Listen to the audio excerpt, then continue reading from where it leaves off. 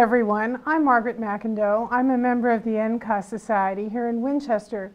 Welcome to our celebration of Enka's 75th Street Fair. For those of you who have known Winchester for a while, you know that May is a very special time in this town.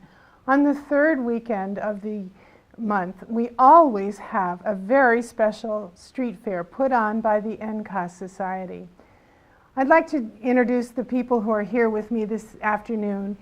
First of all, I'd like you to meet Cindy Safarian. Cindy is the president of Enka right now. She was chairman of the fair, when was it? 2003, Marky. 2003, thank you. And this is Karen Nows. Karen is the co-chair of this year's fair. And then next to her is Joyce Cummings. Joyce is a past fair chairman, 1987. She's also a past president of the society, and she is currently serving as our historian. She's a very important person because she's told us a lot about the fairs that some of us don't even remember. The fourth person at our table is Kinsey Gensler. Kinsey is one of the co-chairs of the fair. Thank you for joining me today. It's really nice to have all of you. Perhaps we could start off, Cindy, by you telling us a little bit about Enka and what Enka is all about. I would love to. I think most everyone in Winchester has heard of Enka, and a lot of people don't know what Enka origins are or what we do in town, and especially the new people that come to town, so I'm happy to share that. Enka is a nonprofit organization. Its members are women. We have over 200 members in Enka. Enka was, the inception of Enka was in 1902, over 100 years ago. It was started actually as a social sorority with high school girls here in Winchester because they wanted to be like the boys, and that is exactly what the German word Enka are letters representing a German word to imitate the boys, and that's how Enka started, but it was purely a social group of girls in high school. Eventually all those social societies and clubs were banned by the superintendent of the school and the school committee, and so it was all disbanded. Several years later, when the girls were grown women and they all got back together, they decided to reform Enka, and it then meant sisterhood. It's a very long name. It's a very long name, and I will never attempt to say the German word, but it revolves more around sisterhood than imitating boys at that point. And they also wanted their focus to be more of giving back and more of a community service organization with breaking away from the social aspect concentration of it. So that started, and over, now we're 100 years into that. About 1935, they decided they needed another way to raise money, and so they started a street fair. And that was basically exactly what it says, a street fair. It was in the street, a lot of behind the town hall, and they worked with their husbands. They built booths, they had kissing booths, they had goat rides. It was a very simple hometown fair. Cindy, tell us a little bit about what Enka does in our town. Enka raises money through the fair. Our fair is our biggest money raiser. We also have a consignment shop on Main Street where you can bring your clothes, consign them, and we take the money from the shop and the fair, and we give the money back to Winchester in the form of grants. Organizations in Winchester can apply to Enka through grants, and all the money that we raise through these two functions goes right back into the town. You do things in the schools, right? We contribute everything from the schools, Boy Scouts, special programs, the Woburn Council of Social Concern, food pantries. The list goes on and on and on. It's just great. Every time you turn around, you find someone. And as I remember also, when people are in need, if there's a family who's having a particularly difficult time, Enka quietly makes sure they have food, clothing, and shelter. Yes, we do many things in town, and a lot of that is under the radar and will never be heard of, but we help a lot of people in town, and we've been doing it for a very long time. And the women in this organization are all ages and some work, some stay at home, and I have had a great time because I've met so many women that I never would have known before if I hadn't been in Enka. Didn't I remember that in order to be a member of Enka, you have to live in Winchester, but you can move out of town and still stay a member? Yes, that's right. Thank you. Joyce, would you tell us a little bit about the history of the fair? Okay, as Cindy mentioned, Enka was reorganized as an adult women's organization in 1932. And in 1935, the members decided that they really needed some source of income in order to help the people of Winchester, most specifically the Winchester Hospital at that time. That was really where they gave their money. And so they decided to organize a street fair. And the street fair was first behind the town hall and the library, and pretty simple. It was there until I think about the mid-50s. And then it moved to what now we would know as the Jenks Center parking lot. It was just one big open parking lot without any of the barriers or the curbing that is there now, so we were able to use that. And one of the traditions of the fair for many, many years was a bean supper. And the bean supper was held across the street in the Baptist church. So those of you that have been around Winchester for many years, I'm sure would remember the 99-cent bean supper. From the Jenks Center parking lot, it was moved behind what is now the McCall Middle School. It was then the McCall Junior High.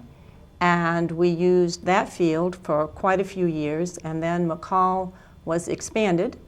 And so we could no longer use that field. And for several years, we moved to the high school sports fields, which did not work out terribly well because of rain and some pretty serious destruction several years to the sports fields.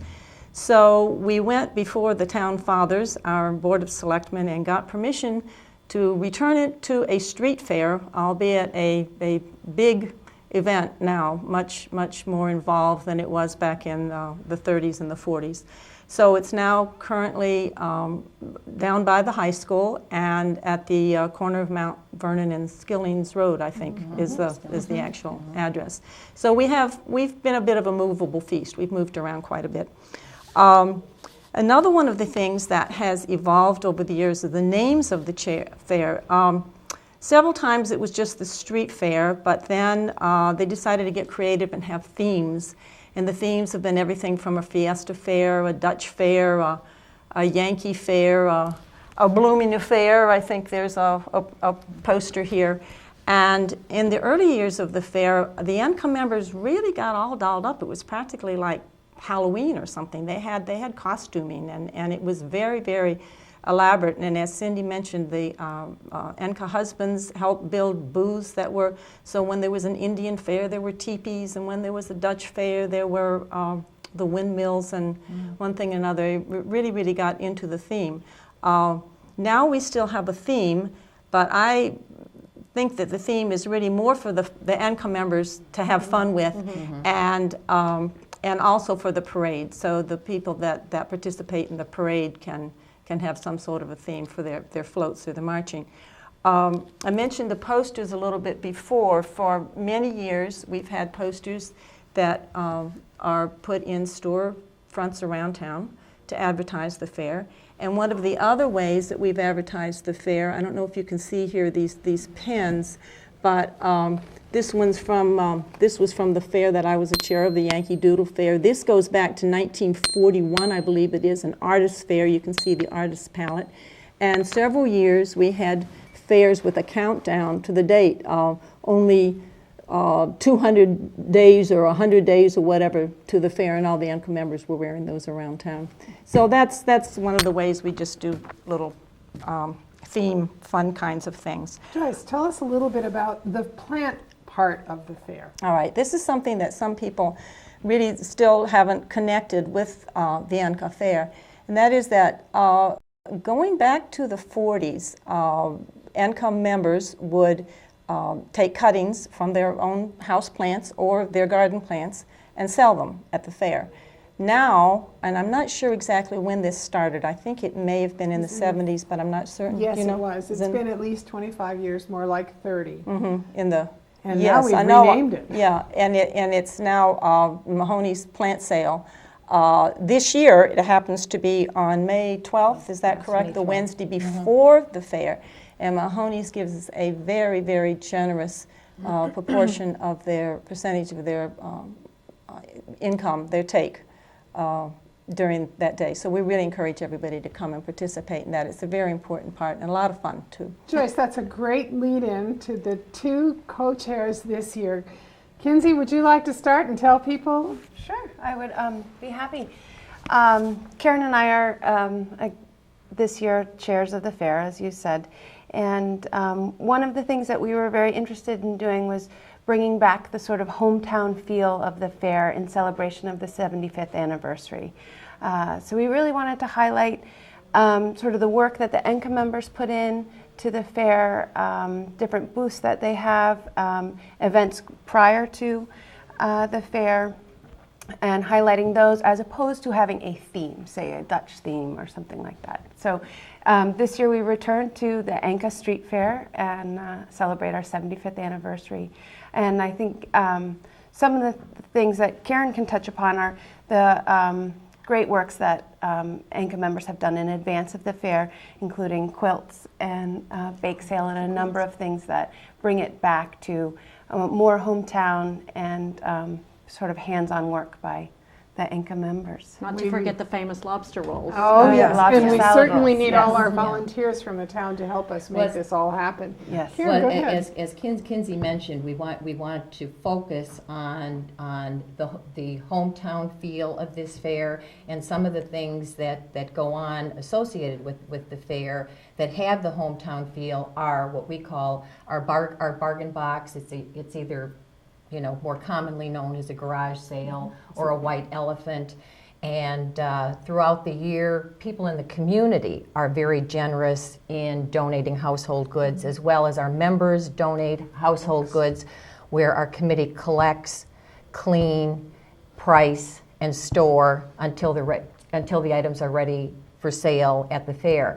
Because that committee collects so many items, we have a pre-sale, which actually is this weekend, April 30th and May 1st, at our exchange at 1037 Main Street, and the hours are 10 to 2. So, that's in conjunction with the fair. Another aspect that has the hometown feel is the fact that we have a bake sale tent at the fair. All items are homemade. There are no purchased items. You can buy a simple dessert for supper, or you can buy a cake lobster to take. roll. The lobster roll. Well, Not at the not at the bake table, but Okay. but Next door. But next door. And speaking of the lobster salad rolls, very, very popular booth. Families will line up. It's a tradition. Very much a tradition. But you'll see Another families tradition. lining up on Friday evening with their handheld coolers to take lobster rolls home for the family, because it is a tradition to have the lobster salad rolls. That's a little bit like the rides, isn't it? The rides are a tradition too. Most Yes, definitely. Yes, I think that the nice thing about the Enka Street Fair is that it has a lot to offer for pretty much all generations in a family. Older people may be more interested in taking a chance buying a raffle ticket for the quilt that the Enka members prepare over the winter. We also have a book tent for used book sale. But then the younger, even the little or preschool age, can enjoy the real, true amusement rides, all up from preschool age up through, I even enjoy the rides myself. wow.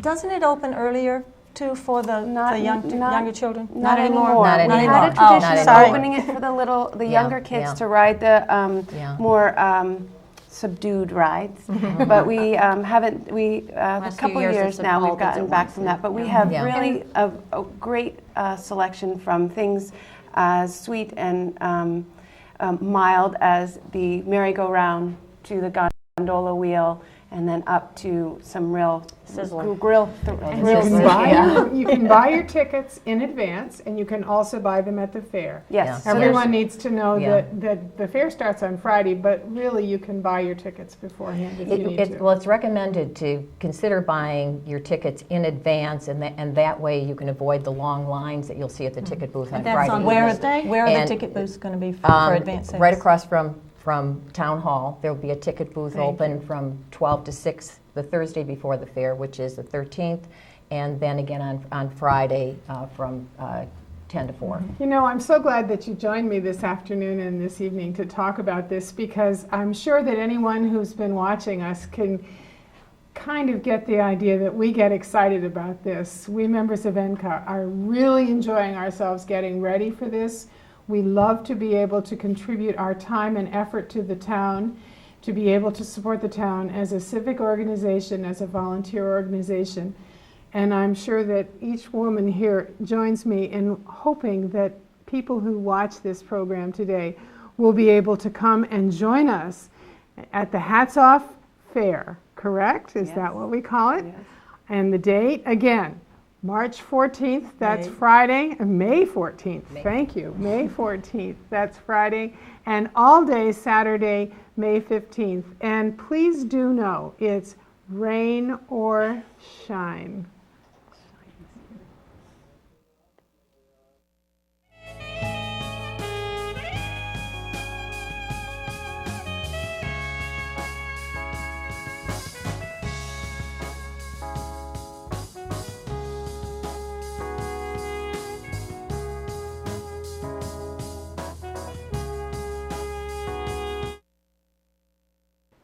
Hi there, welcome back. We're glad to have you with us this afternoon. We're going to continue our discussion of Enka's 75th Street Fair celebration, and this time I have with me 4 past chairs, eminent chairs if you'd like. Peg, would you go first? When was your fair? Peg Perenick. I've been chairman of 2 fairs, and my first one was in 1992, and the second one was in the year 2000. Wow, we'll talk about titles in a minute. Would you like to share us the titles of your fair? It was very easy for my co-chair and I to choose a title for the 1902 one because that was the 500th birthday of America. So we called that the Discovery Fair in honor of Christopher Columbus discovering America. The second one was easy too for my co-chairman and I because that was the year of the millennium, 2000. So that was called Millennium Magic. I remember that one well. Sitting next to Peg is Loretta Farrow. And Loretta, when was your fair? My fair was 1980. And what was its title? We didn't have a title. Oh. We changed so much of the fair that year that we just felt that the name Enka in town was the most important thing, and it should be the Enka Fair. I think that was a great idea. So, And next to Loretta is Mary LaMuraglia. Mary, tell us about your fairs. I was the co-chair for 2 fairs. In 1995, it was the Blooming Affair. There's the poster back there. And I followed that 2 years later in 2007 with Enka Carnival. That was wonderful. You had a great poster. Yes. Carol Kent is sitting next to Mary. Tell us about yours, Carol. My fair, I co-chaired with Roseanne Gallery, was in '99, and so it was easy to have a subject. It was a century celebration. That's a good name. That's neat. My fair was 2001. It was called the Banner Fair.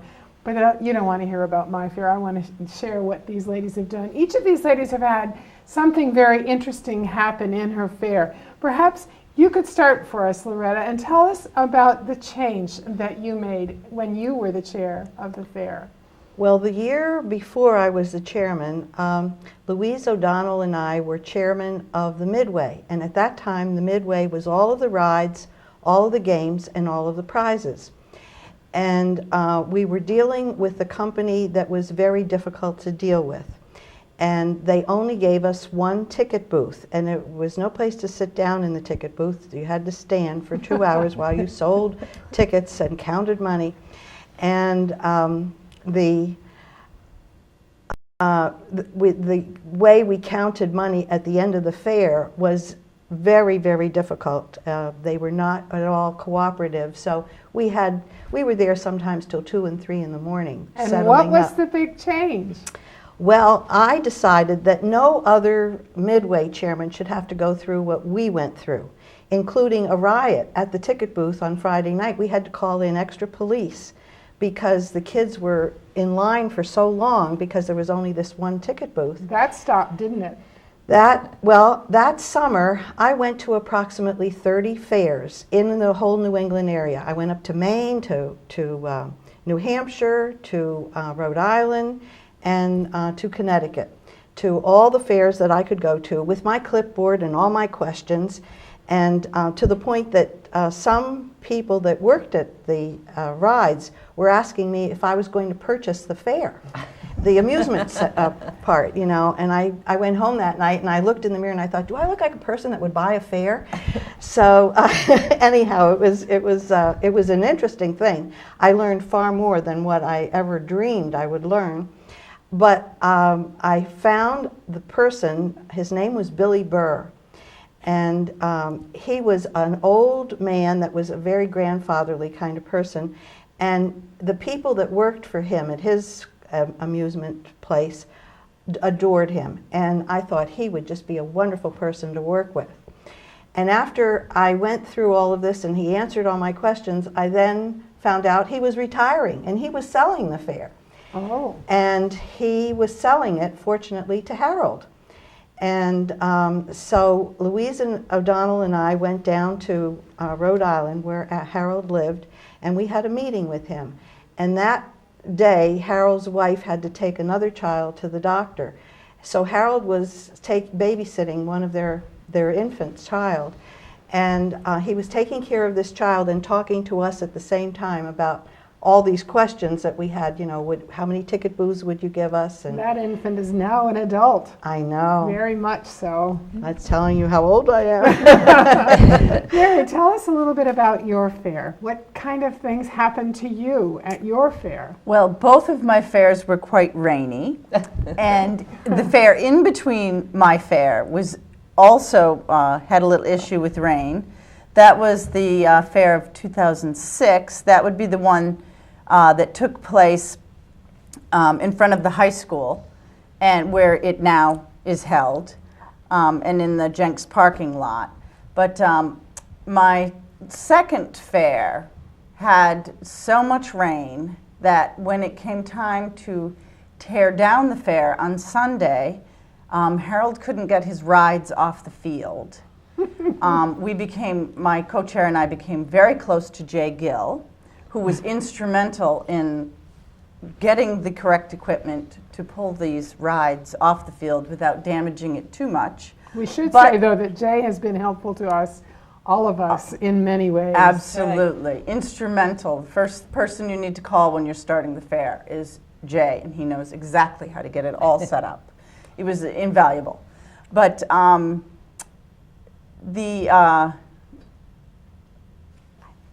it. Sorry. That's okay. You were talking about the fact that it rained so badly that Jay had to pull everybody off the field, and that was a killer. So we had to pay a rather large bill to repair the fields. So now the fair is where it is because of that. We're banned from the grassy areas. None of us is too sad about that.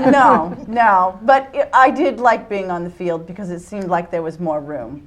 The one other thing that we did during that fair that was very positive was we worked with the Carolyn Starrett, and she helped us work with Norm Doucette and do recycling. So we used to use 2 dumpsters, as you remember, with all of those boxes and trash.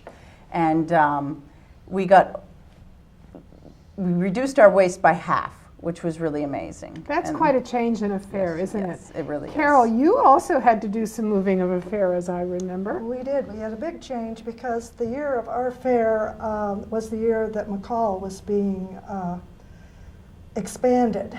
And they were being expanded into the area where the fair had historically been. It meant we had to look for a new place. We were very lucky to be able to fine cha-cha field because it had a lot of open area. It did not have the amenities that the school had, so we had to arrange water and extra lighting, and we also prayed very hard for good weather because we knew that I remember. water was an issue. And I guess we prayed hard enough because the weather was glorious. It was just, I mean, I hate to sit next to you and tell you that, but it was just absolutely beautiful weather.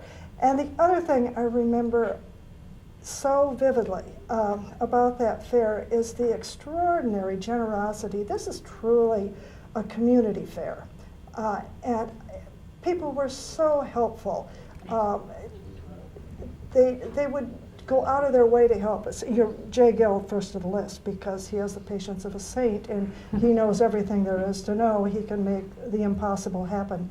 But we were able to get water from the insurance company next door. Yes, Peter I remember Wild that. lent us his camper so we could use it to count money on the field. Stockwood was unbelievable in making arrangements for the lighting. There were just so many ways that people helped. And Mr. Nowell saved our materials in between the Yes, years. he does. And everyone they're just absolutely wonderful. And we could never have a fair without all the volunteers in this town who Indeed. have manned the rides and the games for us. Each of us, I think, spent, about a year planning our fairs. It goes so quickly. It's over in 36 hours, but it's a tremendous amount of effort and That's love right. and care that goes into it. If you could talk to the next fair chair, what one piece of advice would you give her or them, since they're often co-chairs? Do you have something that you would like to share with them and say if you are ever in charge? I'd say to take the time to enjoy the fair, That's right. to really enjoy it, Don't because plan on doing it all by yourself. no, you're not doing it all by yourself. You're That's not. right. And the chairs that you have, the person who's running, the bake table or managing the games, they've more than likely done this job before. They're a wealth of knowledge. When you're the chair, it's basically all set up. Sit back and enjoy it. Yes, and enjoy seeing everyone, Oh, that's a good one. because the whole town comes out and it's just wonderful. It's spring. It just has so much energy. Peg, you've got one. I can see it coming. Yeah, it is the volunteers and all of us working together, but I do want to mention while you're thanking people and volunteers, and I'd like to thank the Winchester Auxiliary Police. Oh, aren't they wonderful? They are. They're volunteers and they come in, and also we do have a truck from the firemen, the volunteers there too. So they do really, really help us. There's a tremendous amount of quiet help that comes There out is. There on the day of the really fair is. that you all of a sudden turn around and say, oh, thanks. I'm glad you're here. Listen, I thank all of you for coming this time and sharing some of your thoughts with us. We, as you can see, all of us who have been involved with this fair and with the Enka Society's work in Winchester get pretty excited when we talk about the fair. We hope that you will come and join us on Friday, the 14th of May, and Saturday, the 15th of May. Come, have a good time, bring your family, bring your friends, and be ready to enjoy yourself. And pray for good weather. Yes. Pray for good Absolutely. weather. Thanks for joining us.